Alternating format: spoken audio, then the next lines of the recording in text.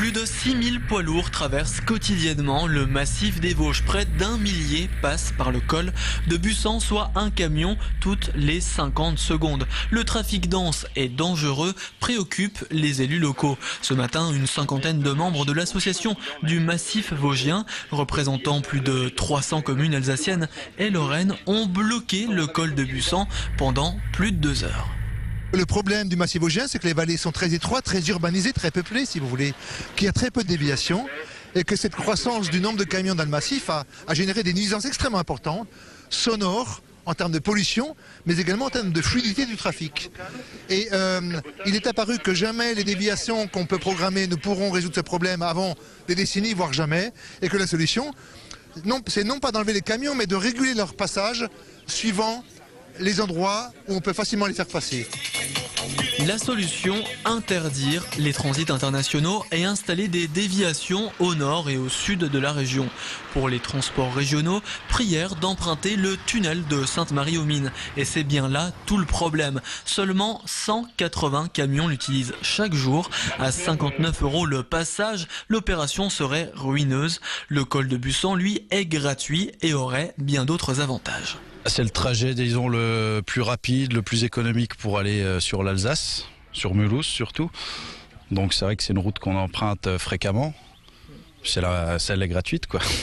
Je suis pas sûr que mon patron, si je passe par le col de Sainte-Marie, enfin par le tunnel de Sainte-Marie, il gagnera de l'argent.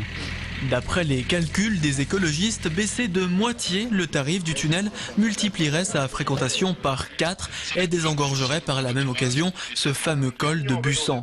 En janvier 2011, un rapport gouvernemental, le rapport Sicherman, reprenait cette idée de baisse de tarifs. En plus de cela, une nouvelle réglementation serait appliquée dans de nombreux cols vosgiens, sauf celui de Bussan. Ce dérapage, il s'explique pour moi soit par la volonté de diviser pour régner, soit tout simplement par une soumission au lobby du transport mulhousien qui exige, qui a toujours exigé, qui continue d'exiger de passer par ce col.